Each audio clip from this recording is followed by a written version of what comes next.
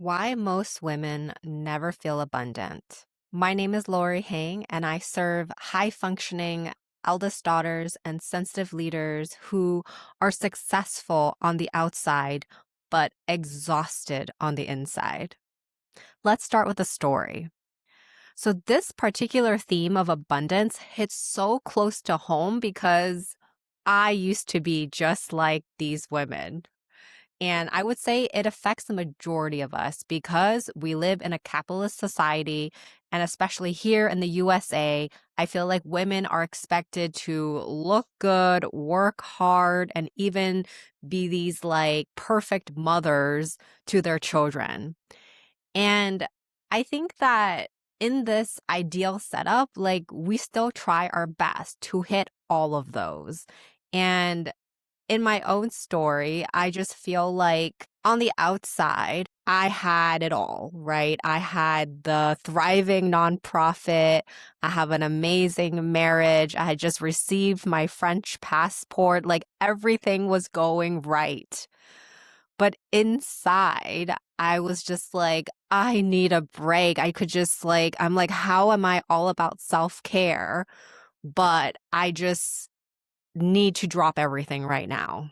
This is just an example of how we can become so attached to the image of what we show to other people. And that's not necessarily bad. It's just that sometimes we just deserve a break.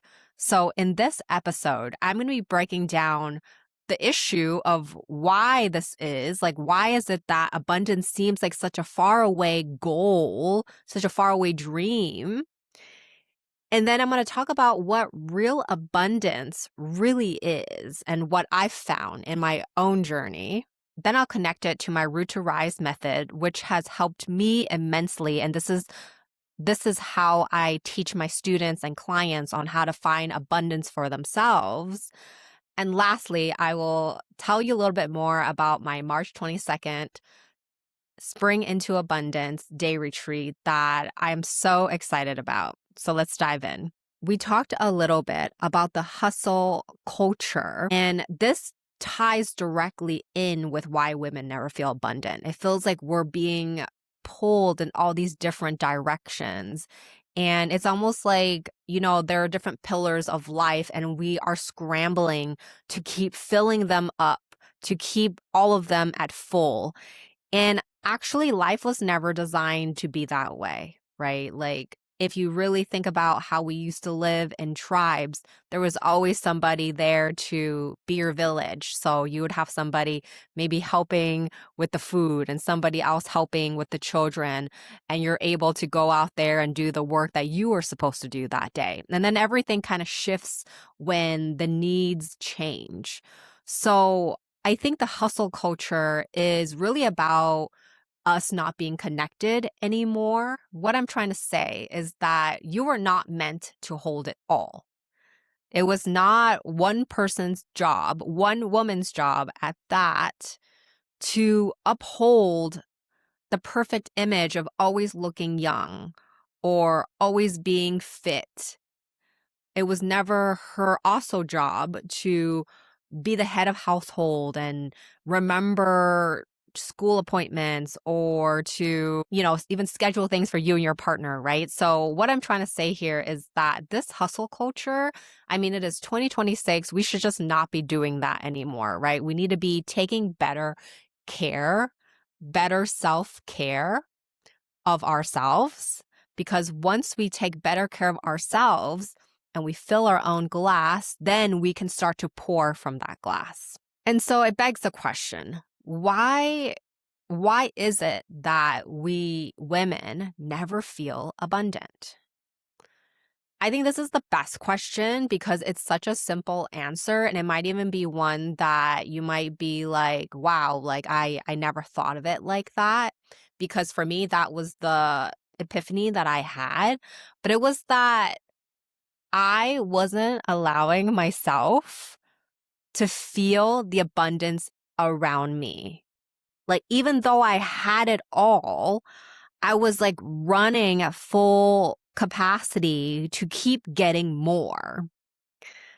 So this relates to I am enough. What I have is enough.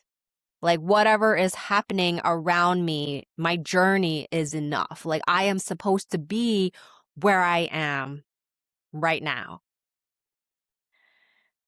And don't get me wrong, this doesn't mean that you have to stop what you're doing and just not do anything anymore. Like it's not permission to stop doing what you're doing because what you're doing is important. But it is about raising awareness about, am I actually taking time to enjoy the fruits of my labor, to smell the roses on my walk? This one is especially hitting home for me. And this is, I think, why yoga became such a huge part of my life, because being on the mat makes me reconnect to myself. It gives me space to feel, to clarify, to refine. So now I want to talk to you about the 5 types of wealth. And I'll give you some examples of how they're different and the same, and just how it all kind of relates together. So it's hard to distinguish sometimes. But in all of it, it is about finding that feeling of enough in all these areas of life. So the first area of wealth is time. All of us have 24 hours in a day. So you have the same as any person around you on this planet. And it's really about what you choose to do in that 24 hours. I would say the story for me here is that when I looked at how stressed I would feel if I had to wake up early in the morning. And if you have a job, you know it because I know it. And even when I had my contract gigs where I would get docked $1 a minute that I was late, it was really stressful. And it was because time was no longer mine. And I really want you to sit with this, because that is actually true freedom. That's why I talk about it first, because being able to decide what time you wake up and when you're doing whatever you're doing, that is actually the abundance that we're all really craving, right? Like when we want lots of money in our bank account, it's so that we don't have to subject ourselves to a job or contract gigs where we have to come back from breaks at a certain time. So I want you to think about how time is actually the number one thing that is a finite resource that we do not get back. And that is actually the most important area to reclaim. Number 2 is relationships. So we know of those billionaires who, when they get all the way up there, they're like, oh, I have no friends, or my family doesn't want to talk to me because I missed all of their baseball games and all of their important milestones of their lives. So I would say that relationships are second, because the longevity of your life depends on the quality of your relationships. You can look it up. It is true. And that is why I am such a advocate for community. And I'm so lucky because I feel like this is like probably the most filled part of my areas of wealth. Like I feel like I have such beautiful relationships in my life. And that's not something that you can buy. And it is something that you cultivate with time. So there it is again, right? Being able to basically allocate enough resources, such as time and energy, into enriching these relationships that will live with you for the rest of your life. Like, I believe if you don't have a support system or groups that you feel community with, then what is even the point? Because humans are social creatures and we need each other. Number 3, mental clarity. Mental clarity is more of what you give yourself with proper, I would say, reflection and fine tuning of your thought processes and, are you constantly learning and growing and being true and authentic to yourself? I feel like these words of authenticity just gets thrown around a lot, but I think it's really about, like, are you operating from a place of abundance or lack, right? When you make decisions, are you thinking I should close this deal with this client because I need the money? Or are you believing, what, this client is actually not a good fit and they will actually take time and energy away from me?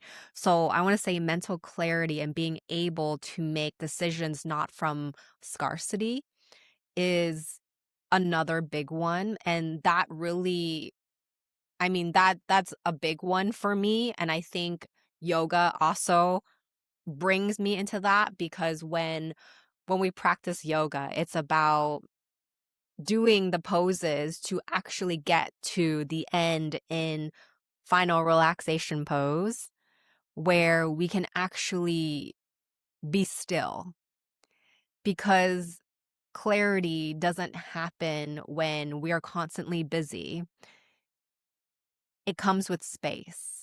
Number 4 is physical vitality, which also I have to talk about yoga, because without this practice, at least for me, it is like the common thread with everything that I do. Like right now, I've been loving Pilates, and practicing yoga for the last 11 years has given me so much body awareness. And I am even adapting, I'm also doing physical therapy for my shoulder and past injuries that I've had. And yoga just like ties it all together. And I'm lucky because as a yoga therapist, I'm like my own holistic practitioner. So being able to listen to my body and give it what it needs, like, I just feel like that just brings about so much more physical vitality, instead of just like pushing through at thinking and doing what I feel like I should be doing. Being more intuitive about my body means I'm not relying on a smartwatch or any of those other wearable technology to tell me what I already know intuitively. And I would also argue that you can have the money, but so many of these billionaires and, people who are in the hustle and grind, once they get to the desired bank account number, their health is probably not the best, because they've been trading sleep. They've been, maybe working so hard and not resting that they have health problems that by that time are probably chronic. And just like relationships, you really can't buy physical vitality. So it is another thing that you have to cultivate with time. So the last one is, I really believe that if you are combining the mental clarity and you're taking care of your relationships and you have physical vitality, you're utilizing your finite resource of time in such a way that just naturally brings you financial alignment. Like, we don't have to be working around the clock or trying to hustle and grind and meet every person. We just have to do what our bodies are telling us that it's okay to do. And going back to that hustle culture, it can be so hard to practice restraint, because that's what it is. Because given all this technology and you have a computer in your pocket and you can do all these things, the practice right now of our age is actually restraint, to actually pull back where we want to go and instead cultivate them into something that's more meaningful. And that, to me, is true abundance. As part of my Root to Rise method that I teach with clients and that has helped me immensely, being able to regulate your nervous system into an abundance like mindset and feeling, having this mind body connection where you are abundant and whatever is happening is right where you're supposed to be, is actually part of the root aspect. And in the Root to Rise framework, which goes from root, reveal, reclaim, remember, and rise. So it does go in that order. So if we're unable to root, the other 4 levels are going to be way harder, because the Root to Rise framework is really about continuing. It's kind of like a spiral where we keep moving up. So if we're unable to root fully, we won't be able to rise fully into who we're supposed to be. If you feel like you're a woman who has difficulty feeling abundance, I just want to say that you are not alone. Like, I was there as well. And not only did I create the Root to Rise framework to help myself and my clients to move through it, now I'm integrating it as part of this Spring into Abundance Day retreat on March 22nd.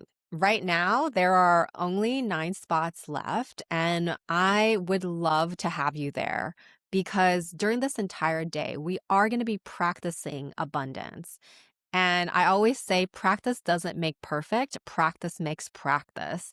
The more we practice abundance, the more we're able to actually let it become part of us. Because nowadays, when we see hustle culture all around and, all of the things that we could be doing, it is so hard to practice restraint. So during this day, you're going to be surrounded by other women who are trying to do the exact same thing. So that's the relationships. We're taking the whole day. This is like 6 hours of one Sunday to practice together. And it will be such a fun time, because I just know when you combine nature, when you reset your nervous system, when you're with other people who just want the exact same thing and are there to root you on, what more could you want? So you can find me on Instagram or message me on my website. Everything will be linked down on the show notes. I can't wait to see you on March 22nd.